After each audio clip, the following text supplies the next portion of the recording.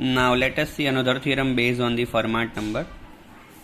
So the theorem says that for Fermat number Fn and Fm, where m and n greater than or equal to 0, then show that GCD of Fn and Fm is equal to 1.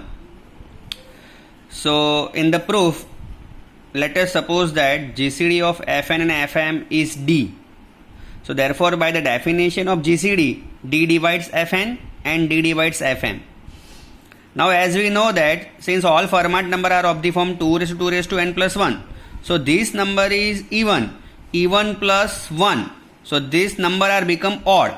So since every Fermat numbers are odd integer, this D which divide this Fermat number, it must be odd.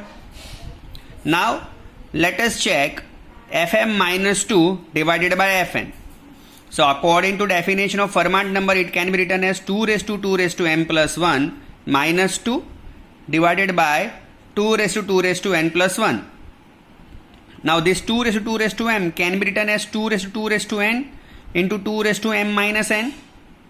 This plus 1 minus 2 will become minus 1 upon this remain as it is. Now for the sake of simplicity, let us call x is equal to 2 raised to n and k is equal to 2 raised to m minus n. So Fm minus 2 upon Fn will become x raised to k minus 1 upon x plus 1, which is nothing but this. Now how can we get this? So if I multiply my x plus 1 with this term, it will give this quantity. So by subtracting all this term, the rest of term will be x raised to k minus 1. So that's why x raised to k minus 1 upon x plus 1 can be written as x raised to k minus 1 minus x raised to k minus 2 plus and so on minus 1. Now since this x is an integer, its power is also an integer, so this whole term will become integer. So at last we have this Fm minus 2 is equal to this term into Fn. So by definition of divisibility, we have Fn divides Fm minus 2. But since D is a GCD of Fn and Fm, we have D divides Fn and here we have Fn divides Fm minus 2.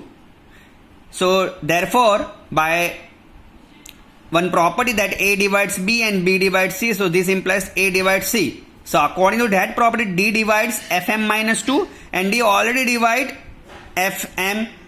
So since D divides Fm minus 2, D divides Fm, then D divides subtraction of these two number.